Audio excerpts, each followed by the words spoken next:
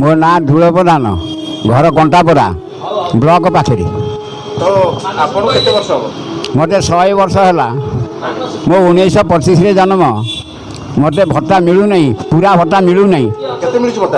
ମୋତେ 500 ମିଳୁଥିଲା, ଏବେ 1000 ମିଳୁଛି। ନୂଆ ସରକାର ଆଇଲା ଦିନଠୁ ମୁଁ କିଛି ପାଇନାହିଁ। ମୁଁ 5,000 ପାଇବା କଥା, ମୋତେ 100 ହେଲାଣି। ଆପଣ କ'ଣ କହୁଛନ୍ତି? ମୁଁ 1925ରେ ଜନ୍ମ। ଏବେ ଯୋଉ ସରକାର ଅଛନ୍ତି ଏବଂ ଆଗରୁ ଯୋଉ ସରକାର ଥିଲେ ତାଙ୍କ ଭିତରେ ତଫାତ୍ କ'ଣ? କିଏ ଭଲ?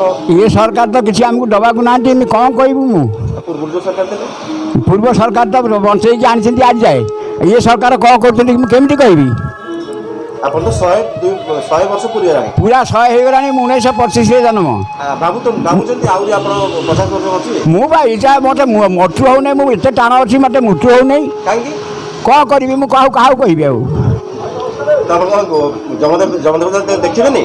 ଆଜ୍ଞା, ଦେବତାକୁ ଦେବଗଣ ମାନେ ଶୁଣିବେ କୋଉଠୁ ମୋ କଥା? ତାଙ୍କ ଉପରେ ଷଣ୍ଢ।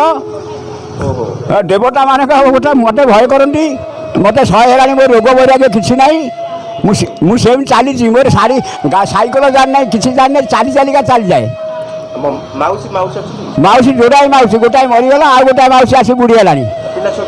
ପିଲା ଛୁଆ ତାର 6ଟା, ୟାର 6ଟା। ନାତୁଣୀ ନାତି ସବୁ ବାହା ହେଇ ପଳେଇଲେଣି। ଆଉ ସେମାନେ ଆସି ଅଧ ବୁଡ଼ି ହେଲେଣି। ମାନେ ବନ୍ଦର ବିଷୟ ବାଇରୋଇ କେତେ ବର୍ଷ? ମୋତେ ହେଲାଣି 90 ବର୍ଷ। ଆଉ 90 ବର୍ଷ। ମୁଁ 1200 ଟଙ୍କା ପାଉଛି। ନୂଆ ସରକାର ଆସିଲା ବେଳକୁ କିଛି ପାଇନି। ନା, ସେ କଥା କହିଥିଲେ କିନ୍ତୁ ଆଉ ଦେଉନାହାନ୍ତି କି ଦେଇନାହାନ୍ତି ଏ ପର୍ଯ୍ୟନ୍ତ। ନା, ହଁ ବ୍ଲକ ପଚାର ସମିତିଙ୍କର ବର୍ତ୍ତମାନ ସୁଭଦ୍ରା ଯୋଜନା ସରିଲା ପରେ କ'ଣ ବିଚାର କରିକି କରିବେ।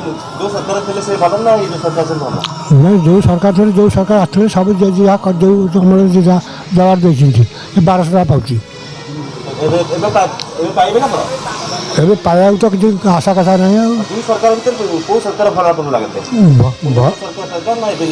ନାଇଁ, ଯେଉଁ ସରକାର ଆଉଛନ୍ତି ସେ ବର୍ତ୍ତମାନ ଏ ସରକାର ତ ନୂଆ ଚାଲିଛି, ବର୍ତ୍ତମାନ କିଛି ହେଇନି। କିନ୍ତୁ ଯେଉଁ ସରକାର ଥିଲେ ସେଇ ସରକାର ଟଙ୍କା ପାଉଛି 1200 ଟଙ୍କା।